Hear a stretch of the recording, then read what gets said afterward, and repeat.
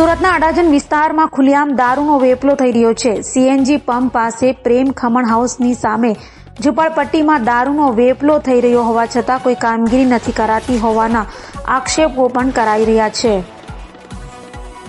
સુરત શહેરના અડાજણ 4 રસ્તા પાસે આવેલ સીએનજી પંપ પાસે પ્રેમ ખમણ હાઉસની સામે શ્રમજીવી ઝૂંપડપટ્ટીમાં મહિલા બુટલેગર પાર્વતી ખુલ્લેઆમ દેશી દારૂનો ધંધો કરી રહી છે।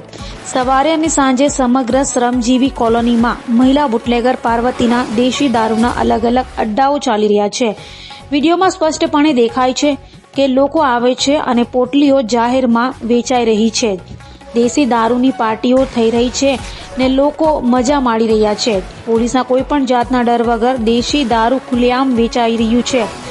આટલી મોટી સંખ્યામાં જાહેરમાં દિન દહાડે દેશી દારૂનું વેચાણ થઈ રહ્યું છે, છતાં અડાજણ પીઆઈ ભોજિયા શા માટે આંખ અને કાન બંધ કરીને બેઠા છે?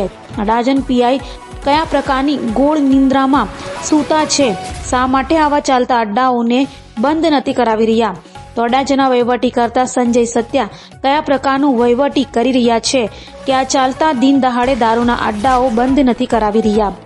જાહેરમાં અડાજણ વિસ્તારમાં દેશી દારૂના આટલી મોટી સંખ્યામાં ચાલતા સ્ટેન્ડો શા માટે અડાજણ પોલીસ કર્મચારીઓ બંધ નથી કરાવી રહ્યા?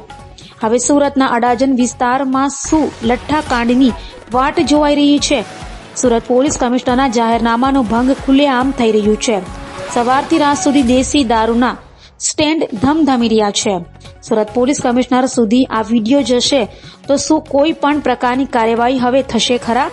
ડીસીપી ઝોન 5 આઈપીએસ રાકેશ બારોટની ઓફિસ પાસે માત્ર 300 મીટરના અંતરમાં જ આટલી મોટી સંખ્યામાં દારૂના સ્ટેન્ડ ધમધમી રહ્યા છે અને ઘોર નિંદ્રામાં પોલીસ સૂતી છે।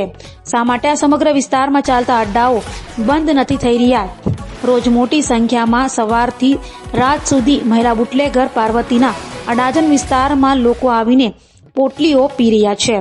અડાજણ પોલીસ આ વિડીયો વાયરલ પછી કયા પ્રકારની કાર્યવાહી કરશે એ તો આવનારો સમય જ હવે બતાવશે કે પછી માત્ર નામ પૂરતું 2 દિવસ સ્ટેન્ડ બંધ થઈને ફરીથી ધમધમશે।